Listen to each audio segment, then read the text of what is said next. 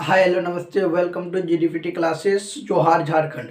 मैं आज आपको बताऊंगा जो जैक बोर्ड मॉडल सेट निकाला है उसका सॉल्यूशन बताऊंगा जो ऑब्जेक्टिव का आया है उसमें। जहां पे आपको डिटेल्स में बताने का रहेगा वहां पे हम आपको डिटेल्स में बताएंगे, जहां पर आपका सिर्फ टिक करने का रहेगा वहां पे सिर्फ टिक करके आपको बताएंगे। तो चलिए हम लोग पहला क्वेश्चन देखते हैं।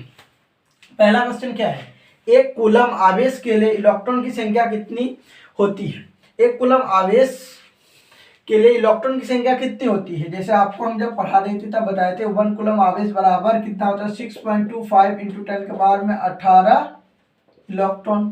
ये आपको बताए थे। तो ये आपका हो जाएगा पहला ऑप्शन, इसमें आपको कोई दिक्कत नहीं होना चाहिए। दूसरा क्वेश्चन पे आ जाते हैं। 1 माइक्रोकूलम और 5 माइक्रोकूलम दोनों प्लस में है, दो आवेश हैं, इन पर कार्य करने वाले बलों का अनुपात होगा। जो इसमें कार्य करने वाले बलों का अनुपात होगा क्या हो जाएगा 1:1 होगा। तीसरा नंबर हम लोग देखते हैं। क्षमता C के 3 संधारित्र श्रृंखला क्रम में जोड़े जाते हैं। इसको किस क्रम में जोड़ते हैं, श्रृंखला क्रम में जोड़े जाते हैं, तब समतुल्य संधारित्र होगी। तो हम लोग जैसे 1 नंबर और 2 नंबर समझ लेते, इसको थोड़ा साफ करके हम आपको यहीं पे बता देते हैं ताकि आपको अच्छा से समझ में आ जाए।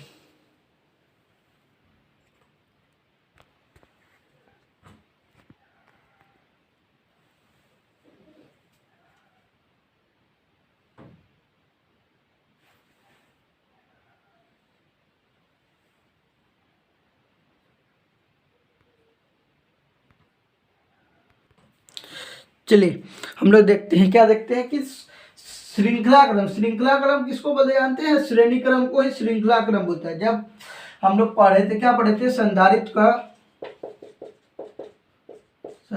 का श्रेणी क्रम संयोजन,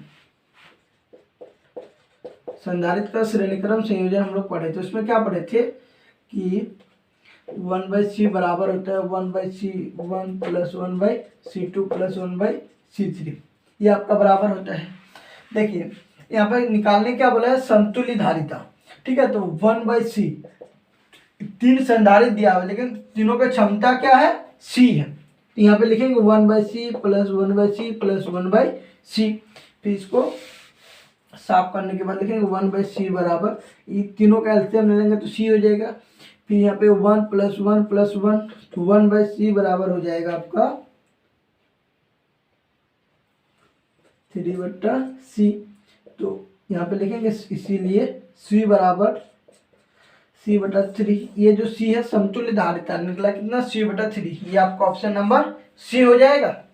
चलिए अगर हम लोग यहाँ पे बोर्ड में आपको लिख के बताते हैं तो इसमें थोड़ा टाइम लगता है, कोई बात नहीं, इसको हम लोग लिख के यहाँ पे होता है तो बोर्ड में बताते हैं, नहीं तो कॉपी में इसको आपको हम लिख के बताते हैं। तो आपका पहला नंबर का आंसर हो गया, यदि एक कूलम आवेश के लिए इलेक्ट्रॉन की संख्या कितनी होती है 6.25 इंटू 10 के पावर में 18। फिर इसमें हो गया आपका +1 माइक्रोकूलम और +5 माइक्रोकूलम दो आवेश है, उन पर कार्य करने वाले बलों का अनुपात होता है 1:1। क्षमता C के 3 संधारित्र श्रृंखला क्रम में जोड़े जाते हैं तब समतुल्य संधारित्र होगी। तब समतुल्य संधारित्र क्या हो जाएगा आपका c/3। कैसे हुआ अभी आपको हम बोर्ड में बता चुके हैं। फिर आते हैं हम लोग चौथा क्वेश्चन पर। चौथा क्वेश्चन आपका क्या है, यदि एक खोखले गोलाकार चालक को धनात्मक रूप से आवेशित किया जाता है तो उसके अंदर विद्युत विभव डैश होगा, क्या होगा, शून्य होगा, धनात्मक और समान होगा, धनात्मक और गैर समान होगा, या ऋणात्मक और समान होगा। तो इसका जो आपका आंसर होगा आपका क्या होगा, जो धनात्मक रूप से जब आवेशित किया जाता है तो धनात्मक तो होगा लेकिन गैर समान होगा, आपका ऑप्शन सी हो जाएगा। हम लोग बढ़ते हैं 5 नंबर की ओर। 5 नंबर में क्या है कि कंडक्टर के लिए VI ग्राफ V अक्ष के साथ एक कोण बनाता है, यह V वोल्टेज को दर्शाता है और I विद्युत को दर्शाता है। कंडक्टर का प्रतिरोध इस प्रकार दिया जाता है, तो इसका जो E होगा आपका कोण कितना बनेगा, sin थीटा बनेगा, cos थीटा बनेगा, tan थीटा बनेगा, या फिर आपका cot थीटा बनेगा। तो इसका जो आपका कोण बनता है, कोण आपका बन जाएगा tan थीटा बन जाता है। फिर आपका आता है 6 नंबर, बताता है कि समीकरण सिग्मा ई बराबर सिग्मा आई आर किस नियम पर लागू होता है। यह जो आपको दिया हुआ है सिग्मा ई बराबर सिग्मा आई आर, ये किस नियम पर लागू होता है। किरचॉफ का दूसरा नियम पर लागू होता है, या फिर किरचॉफ का जक्सन नियम, या किरचॉफ का तीसरा नियम है न्यूटन का नियम। न्यूटन का नियम तो नहीं होगा यहाँ पर, ये आपको पता है, और किरचॉफ का तीसरा भी नियम नहीं है। तो जो होगा आपके दोनों में होगा, तो किरचॉफ का जक्सन नियम हो जाएगा आपका यहाँ पर 6 का बी नंबर हो जाएगा। फिर आपका आता है 7 नंबर, बोलते एक पोटेशियम की संतुलन लंबाई 120 सेमी है। सेल को 4 ओम के प्रतिरोध से शन करने पर संतुलन बिंदु 60 सेमी की लंबाई में बदल जाता है, तो सेल के आंतरिक प्रतिरोध कितना होगा। तो सेल का जो आंतरिक प्रतिरोध हो जाएगा आपका 4 ओम में रहेगा, ओम में कोई परिवर्तन नहीं होगा। चलिए 8 नंबर की ओर बढ़ते हैं। 8 नंबर दिया हुआ है कि उस स्थिति की पहचान कीजिए जिसके अंतर्गत एक समान चुंबक क्षेत्र के माध्यम से चलने वाले आवेश पर कार्य करने वाला बल अधिकतम होता है। कार्य करने वाला बल अधिकतम कितना होता है ये आपको पता करना है। तो अधिकतम बल कितना होता है, 90 डिग्री होता है, ये आपको याद रखना है। 400 सेमी स्क्वायर क्षेत्रफल वाले 0 मतलब 70 मोड़ वाले कुंडल पर कौन सा टोक कार्य करता है जिससे 20 एम्पीयर की धारा समकोण पर 0.2 टी के एक चुंबक क्षेत्र तक होती है। तो इसमें कितना हो जाएगा आपका हो जाएगा 56 ओम, 56 न्यूटन मीटर हो जाएगा। फिर नेक्स्ट क्वेश्चन देखते हैं हम लोग। एक मूविंग कोयल गैल्वेनोमीटर को एमीटर में परिवर्तित किया जा सकता है। जो मूविंग कोयल को गैल्वेनोमीटर होता है उसको एमीटर में परिवर्तित किया जा सकता है। कैसे, तो इसको परिवर्तित किया जा सकता है समांतर में छोटे मान के शन प्रतिरोध को जोड़कर। फिर आपका आता है 11 नंबर, बोलते हैं ध्रुवों और भूमध्य रेखा पर नमन के कोण क्रमशः होता है। ध्रुवों और भूमध्य रेखा पर नमन कोण, ध्रुवों और भूमध्य रेखा का कोण कितना होता है ये आपको बताना है। तो ध्रुवों और भूमध्य रेखा का जो कोण होता है आपका होता है 90 डिग्री और 0 डिग्री होता है आपका। चलिए हम लोग बढ़ते हैं 12 नंबर की ओर। हम लोग 12 नंबर देखते हैं। जब किसी विद्युत परिपथ से जुड़ा चुंबकीय प्रवाह बदलता है तो परिपथ में एक ईएमएफ प्रेरित होता है, इसे कहा जाता है। इसको हम लोग क्या बोलते हैं, विद्युत चुंबकीय प्रेरण बोलते हैं। ये आपको पढ़ाए थे विद्युत चुंबकीय प्रेरण में। एसी का शिखर मान एक प्रतिरोधक के माध्यम से बहने वाली धारा किसके द्वारा दी जाती है। आई बराबर ई नॉट बट्टा आर, जो आपको पढ़ाए थे ना, आई नॉट बराबर ई नॉट बट्टा और ये हो जाएगा आपका आंसर। फिर आपको क्या आता है 14 नंबर, बोलता है कि LCR परिपथ में ऊर्जा का क्षय होता है। LCR जो परिपथ बताए थे उसमें ऊर्जा का क्षय किस में होता है, ऊर्जा का क्षय केवल R में होता है आपका। तो यहाँ पे हो जाएगा ऑप्शन सी। एक ट्रांसफार्मर किसके लिए नियोजित है, एक जो ट्रांसफार्मर होता है वो किसके लिए नियोजित होता है वो आपको यहाँ पे बताना है। बोलता है कि AC को DC में परिवर्तित करने के लिए, AC को DC में परिवर्तित करता है उसके लिए, AC को DC में पहला ऑप्शन। फिर दूसरा ऑप्शन है DC को AC में परिवर्तित करने के लिए। तीसरा है एक उपयुक्त AC प्राप्त करे वोल्टेज, ये थोड़ा ऑप्शन तो वोल्टेज प्राप्त करने, पहले वोल्टेज यहाँ पर आएगा जो आपको लिखा था उसी तरह हम लिखे हैं, तो ये थोड़ा जैक की तरफ से ही गलत आ गया है, मिसप्रिंट हो गया होगा। एक उपयुक्त DC वोल्टेज प्राप्त करें, तो जो आप ट्रांसफार्मर लगाते हैं तो उसमें क्या होता है, एक उपयुक्त AC प्राप्त, यहाँ पर वोल्टेज तो पहले आ जाएगा, एक उपयुक्त वोल्टेज प्राप्त करें।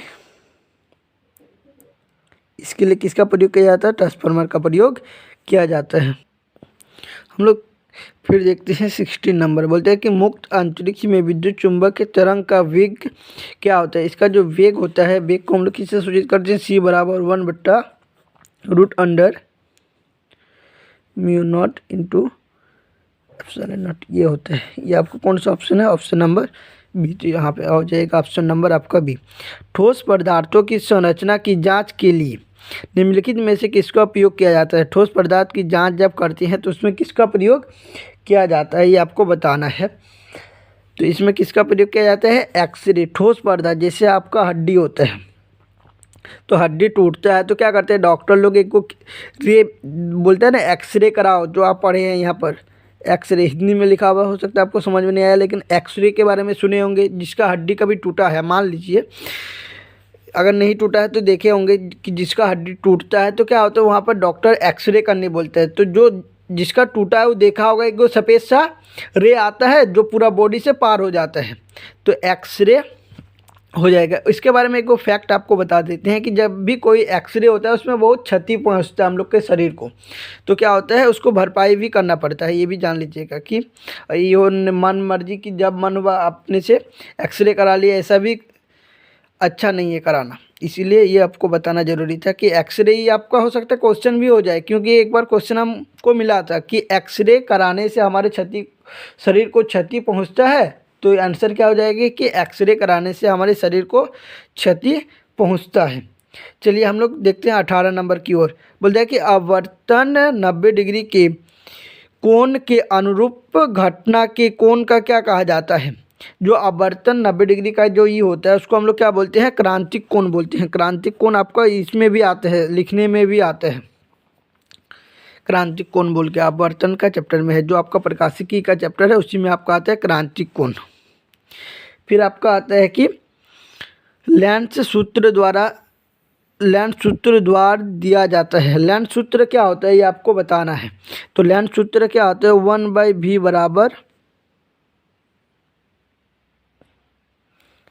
1/v बराबर क्या हो जाता है? पहले तो भी नहीं आता है। 1/f बराबर 1/f बराबर क्या आ जाता है? 1/v minus 1/u। ये होता है आपका लेंस का सूत्र होता है। और जो दर्पण का सूत्र होता है यहाँ पे सिर्फ प्लस हो जाता है, थोड़ा ध्यान में रखिएगा। लेंस बोलेगा तो माइनस, दर्पण बोलेगा तो प्लस, यहाँ पे आपको ध्यान में रखना है। तो इसका ऑप्शन क्या हो जाएगा?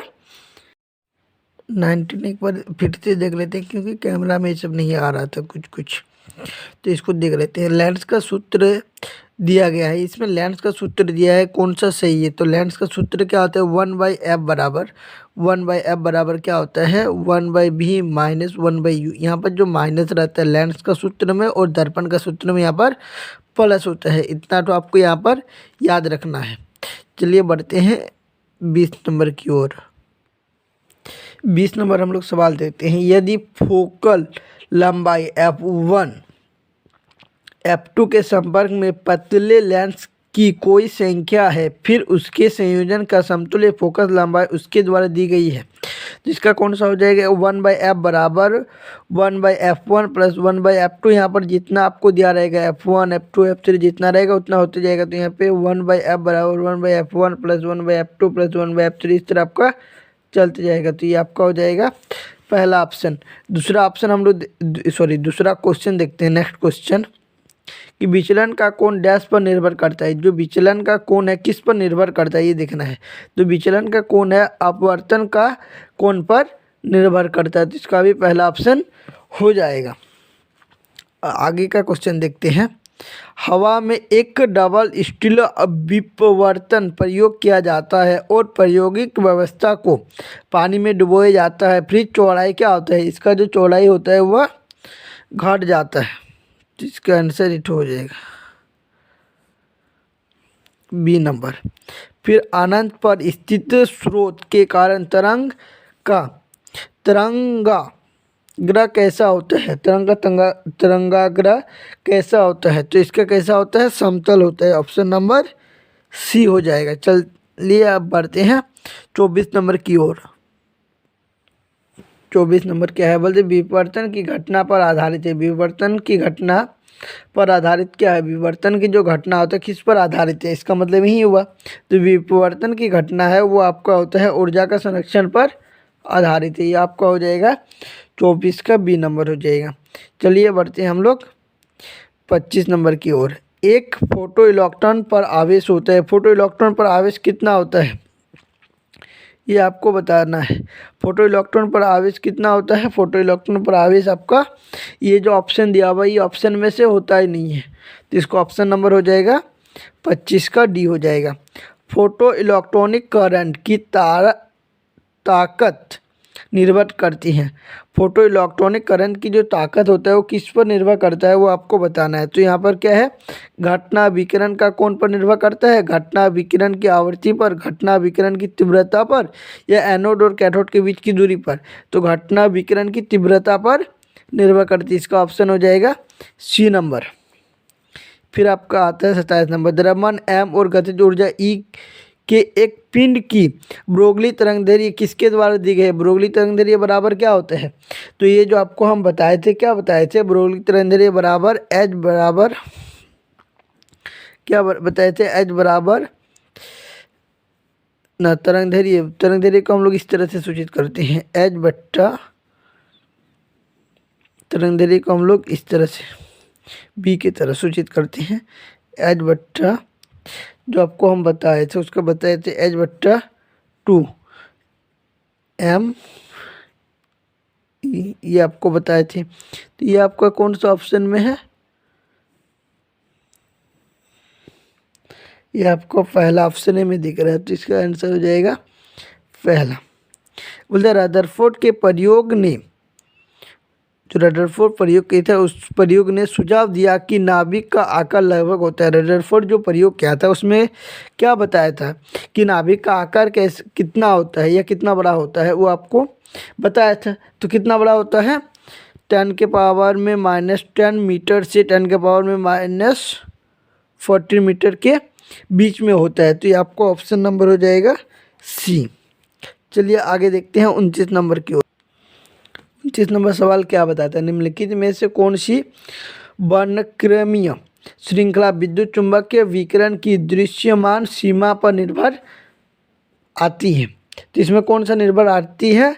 लाइमैन श्रृंखला, लाइमैन का जो श्रृंखला है वो आता है, या बामन श्रृंखला आता है, पाइस्चेन श्रृंखला या फंड श्रृंखला। तो इसमें आता है बामन श्रृंखला। फिर आपका आता है 30 नंबर, एक रेडियोधर्मी नाभिक एक बीटा कण का उत्सर्जित करता है। बोलते हैं पेरेंट डॉटर नाभिक इनमें से क्या होगा? तो किसका जो निर्भर करता है तो उसको बोलते हैं आइसोबार, बोलते हैं हम लोग उसको। Sorry, isobar option number D में है, ऑप्शन सी नहीं होगा, इसका हो जाएगा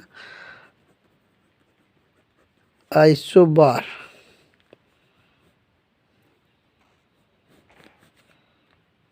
आइसोबार ये हो जाएगा आपका आंसर। फिर आपका आता है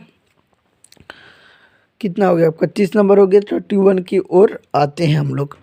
31 में क्या होता है? इलेक्ट्रॉन परिकर्णन द्वारा मापा गया गोलाकार नाभिक की त्रिज्या 3.6 FM है।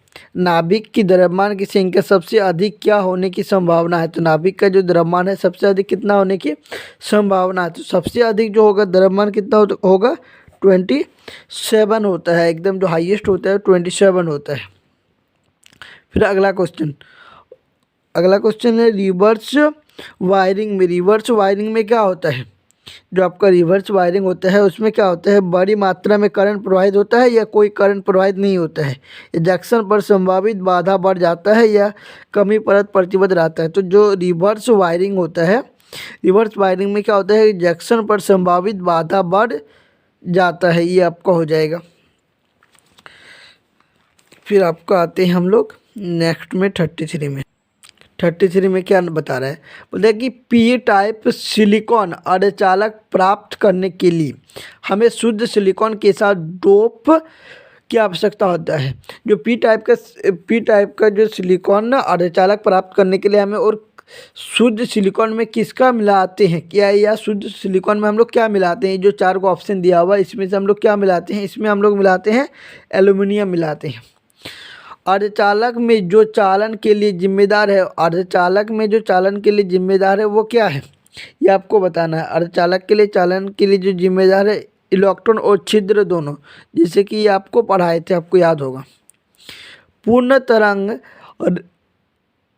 रेक्टिफायर में इनपुट एसी करंट में एक प्रवाहित भी आवृत्ति होती है, धारा की आउटपुट आवृत्ति क्या होगा, धारा का जो आउटपुट आवृत्ति क्या होगा, इनमें से कोई नहीं हो जाएगा। चलिए ज़िंदगी क्या लिखे हैं यहाँ पे समझिएगा इसको। ज़िंदगी बदलने के लिए लड़ना पड़ता है। अगर ज़िंदगी को बदलना है तो लड़ना पड़ता है, और ज़िंदगी को आसान करने के लिए समझना पड़ता है। इसीलिए बोलते हैं समझ के पढ़िए तो बढ़िया रहेगा। इसको हमेशा याद रखिएगा, क्या ज़िंदगी बदलने के लिए लड़ना पड़ता है और ज़िंदगी को आसान बनाने के लिए समझना पड़ता है। चलिए आप देखते रहिए GDPT क्लासेस में दामोदर वेद। Thank you.